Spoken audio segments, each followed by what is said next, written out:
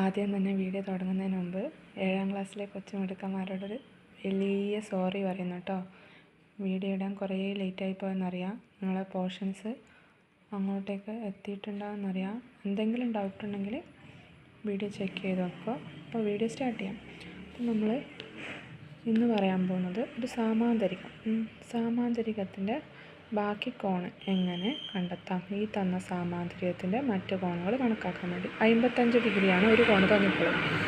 അപ്പോൾ എന്ത് ചെയ്യുക, ആദ്യം 55 ഡിഗ്രി കോണിന് മുകളിലുള്ള കോണ് നോക്കുക. അതായത് ഇവിടെയുള്ള കോണ് നമ്മൾ കണ്ടുപിടിക്കാൻ പോകും. എങ്ങനെ കണ്ടുപിടിക്കും? ഇത് കണക്കാക്കാൻ വേണ്ടിയിട്ട് മുകളിലത്തെയും താഴത്തെയും വശങ്ങളായ സമാന്തര വരകളില്ലേ, അതിൻ്റെ ഇടതുവശം മുറിച്ച് കടക്കുന്ന കോണുകൾ നമുക്ക് നോക്കാം. അതായത് ഇതിങ്ങനെ നീട്ടി വരക്കുന്നു.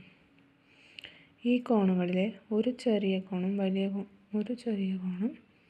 വലിയ കോണുമാണ് 55 ഡിഗ്രി കോണും അതിന് മുകളിലത്തെ കോണെന്നറിയാം.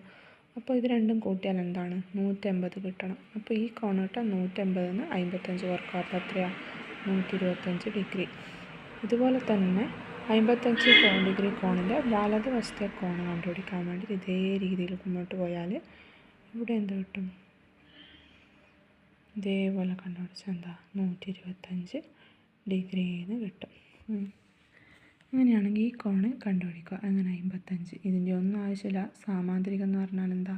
2 ജോഡി സമാന്തര വരങ്ങൾ യോജിപ്പിച്ച് വരയ്ക്കുന്ന ചതുർഭുജമാണ് സാമാന്തരികം എന്നറിയാം. അപ്പോൾ ഈ ഒരു കോണ് തന്നാൽ ഇവിടുത്തെ കോണ് 150 ഇത് കുറച്ചാൽ കിട്ടും. പിന്നെ ഈ ഇതിൻ്റെ ഓപ്പോസിറ്റ് കോണായിരിക്കും ഇവിടെ വരിക. ഇത് ഓപ്പോസിറ്റ് ആയിരിക്കും ഇവിടെ വരിക. ഡയറക്റ്റ് കണ്ടുപിടിക്കാം. അങ്ങനെയാണെങ്കിൽ ഇവിടെ കുറച്ച് ചോദ്യമുണ്ട്. ചിത്രത്തിലെ സാമാന്തരികം തന്നിരിക്കുന്ന അളവുകളിൽ വരയ്ക്കാനാണ് പറയാം. എങ്ങനെ വരയ്ക്കും നോക്കാം നമുക്ക്. ആദ്യം സ്കെയിൽ ഉപയോഗിച്ച് 5 സെൻറ്റിമീറ്ററിൽ ഒരു വര വരയ്ക്കാം. എന്നിട്ട് ഇനി എന്താ ചെയ്യേണ്ടത്?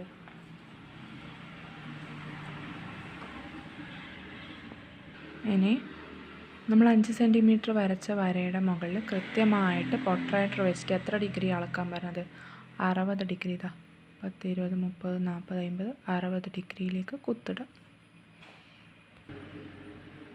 60 ഡിഗ്രി കുത്തിട്ടതിന് ശേഷം ഇവിടുന്ന് 3 സെൻറ്റിമീറ്റർ ഇങ്ങോട്ടേക്ക് വരയ്ക്കാം. അപ്പോൾ ഇതെത്രയാണ്?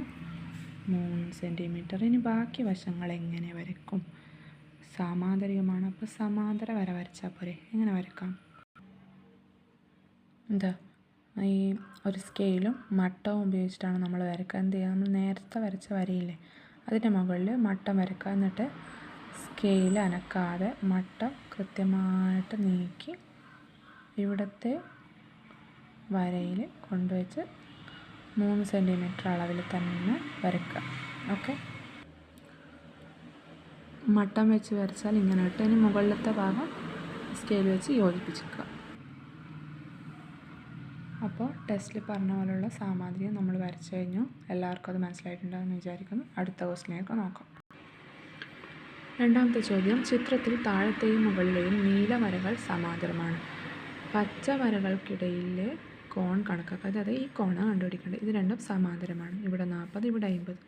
ഇതിൻ്റെ ഇടയിലായിട്ട് ഇവിടെ ഒരു വരയുണ്ടെന്ന് നമ്മൾ സങ്കല്പിക്കുക. അതായത് ഒരു സമാന്തര വരയുണ്ടെന്ന് സങ്കല്പിക്കുക. അങ്ങനെയാണെങ്കിൽ ഈ 40 വര ഇങ്ങോട്ട് നീട്ടി വരയ്ക്കുക. നീട്ടി വരച്ചാൽ ഇവിടെ 40 ആകുമ്പോൾ മറുകോണെന്നുള്ള കൺസെപ്റ്റ് പ്രകാരം ഇവിടെ എന്താണ്? ഇവിടെയും 40 ആയിരിക്കും.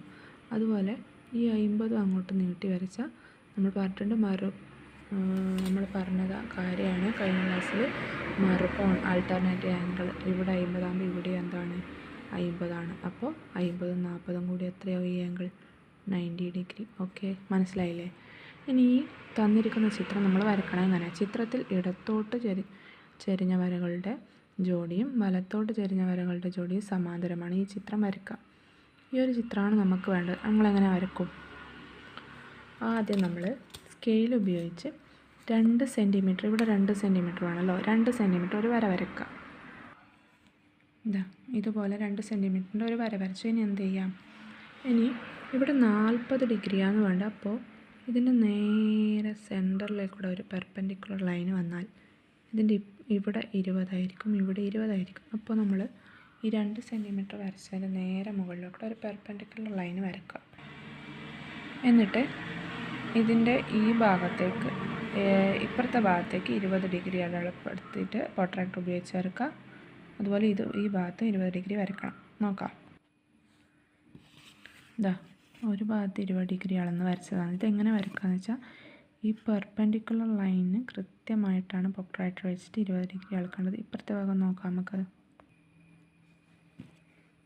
അപ്പോൾ ഇവിടെ 20 അപ്പോൾ മൊത്തം 40 ഡിഗ്രി വരച്ചു. ഇനി അടുത്തത് ഇതുവരെയാണ് വരക്കേണ്ടത്. ഇതിന് പാരലായിട്ടുള്ള വരയാണ്. ഈ ലൈന് പാരലായിട്ട് ഇവിടെ ഒരു ലൈൻ വരക്കണം. നമ്മൾ നേരത്തെ വരച്ച പോലെ വരക്കാം. മട്ടവും സ്കെയിലും ഉപയോഗിച്ച് പാരൽ ലൈൻ വരക്കുമ്പോൾ ഒരു കാര്യം ശ്രദ്ധിക്കണം.